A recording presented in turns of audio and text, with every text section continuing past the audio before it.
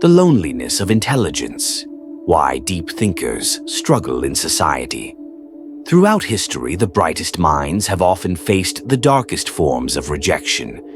Socrates was executed for corrupting the youth. Galileo was silenced for challenging the church. Nikola Tesla died penniless, mocked by the very society that now worships his inventions. But why? Why do societies that benefit from the genius of great minds often treat those same individuals as outcasts? It's not because they lack brilliance. It's because brilliance makes people uncomfortable.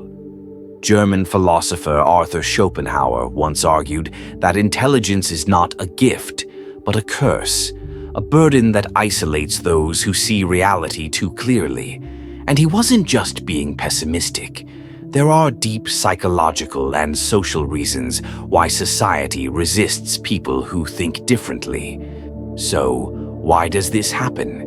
Why is it that the people who push humanity forward are often the ones who feel most disconnected from it? The mirror of the mind. Imagine this. You're standing next to someone who is incredibly strong. Do you feel personally attacked by their muscles? Probably not. You admire them. Maybe even envy them. What about someone who is rich? You might compare yourself, you might feel a pang of jealousy, but again, it doesn't shake the foundation of who you are. But when you stand in front of someone who is truly intelligent, someone who questions, probes, and sees what you overlook, something very different happens. Psychologists call this the mirror effect. A deep thinker doesn't just introduce new ideas. They act like a mirror, reflecting back the limitations of others. And most people don't like what they see. The presence of intelligence forces people to confront their own blind spots, their own shaky beliefs.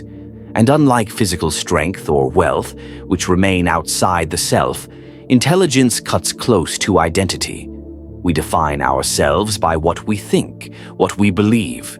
So when someone shows us that our beliefs are fragile or incomplete, it feels less like a challenge and more like an attack. That's why intelligence doesn't just inspire admiration, it provokes resistance. Why we resist the intellectually superior human beings process superiority in different ways. Strength inspires respect. Wealth inspires desire. Beauty inspires attraction. But intelligence is different because it's tied to who we are. It destabilizes our sense of self, and when that happens, something fascinating occurs in the brain. Modern neuroscience shows that when people feel intellectually outmatched, their amygdala, the fear and threat detection center, lights up. In other words, meeting someone who is too smart doesn't just intimidate us, it triggers the same circuits that activate when we face danger. Why?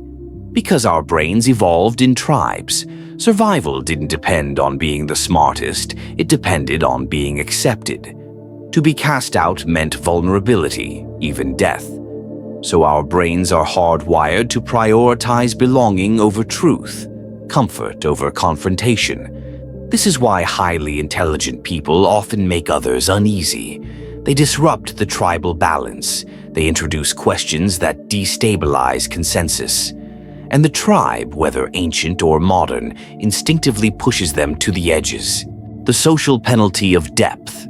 Have you ever tried to bring up a complex idea in a casual conversation, only to be met with silence, awkward jokes, or someone quickly changing the topic? That's not just bad luck. It's a defense mechanism. When people encounter depth, they often retreat to the surface. Instead of engaging, they dismiss. Instead of questioning, they deflect.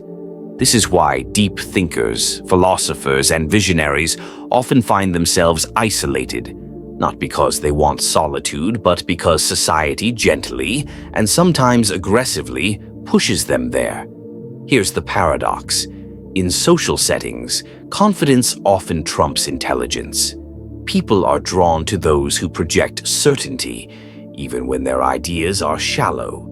That's why charismatic leaders, smooth-talking influencers, and motivational speakers gain mass appeal, while nuanced thinkers remain in the shadows. History is full of such contrasts. Populist leaders rise by telling people what they want to hear. Meanwhile, philosophers who tell people what they need to hear are ignored, ridiculed, or condemned. This is the paradox of intelligence. The closer one gets to truth, the further they drift from the crowd. Cognitive biases that work against deep thinkers. Psychologists have identified several mental shortcuts, biases, that explain why intelligence meets resistance. The Dunning-Kruger effect. Those who know little often think they know a lot. Those who know a lot often doubt themselves. This creates friction, where ignorance feels like confidence, and true intelligence feels like hesitation. Status quo. Bias. People prefer familiar ideas over disruptive ones, even if the familiar is wrong. New truths make people uneasy. The backfire effect. When confronted with evidence that challenges their beliefs, people don't change their minds. They double down on their original views. For a deep thinker, this is exhausting. Every attempt to share an insight risks triggering these defenses. And so, many retreat into solitude, not because they dislike people, but because engaging them feels like speaking a language no one wants to understand. The digital age problem. Now add social media into the mix. In theory, the internet should be a paradise for deep thinkers, a place where ideas flow freely, where truth can rise above ignorance. But the reality, algorithms reward speed, simplicity, and outrage. Thoughtful arguments get buried. Quick, catchy, emotionally charged sound bites dominate. A meme will travel further than a philosophy lecture. The more intellectual someone is, the harder it becomes for them to compress their ideas into viral content. And so the internet amplifies the same old problem. Society favors entertainment over enlightenment. Deep thinkers once again find themselves on the margins. Schopenhauer's warning. Intelligence as a curse. Arthur Schopenhauer was one of the few philosophers honest enough to say it bluntly. Intelligence doesn't guarantee happiness. In fact, it may guarantee the opposite. Most people, he argued, live under what he called the will to live, the blind drive to survive, to seek pleasure, to avoid pain.